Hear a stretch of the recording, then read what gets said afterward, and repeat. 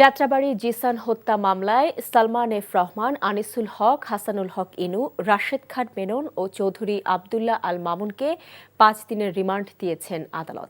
এছাড়াও অন্য একটি মামলায় আনিসুল হক, রাশেদ খান মেনন, হাসানুল হক ইনু, চৌধুরী আবদুল্লাহ আল মামুনকে ৫ দিনের রিমান্ড দিয়েছে আদালত। পাশাপাশি দীপুমণি, কামরুল ইসলাম, জুনায়েদ আহমেদ পলক, হাজী মোহাম্মদ সেলিম, এবিএম ফজলে করিম চৌধুরী, শহীদুল হক, গোলাম কিবরিয়া টিপুসহ ১৫ আসামিকে রাজধানীর বিভিন্ন থানায় মামলায় গ্রেফতার দেখানো হয়। এ সকল মামলার তদন্ত কর্মকর্তাদের আবেদনের পরিপ্রেক্ষিতে শুনানি শেষে এসব আদেশ দেন অতিরিক্ত মেট্রোপলিটন ম্যাজিস্ট্রেট মোহাম্মদ জিয়াদুর রহমানের আদালত।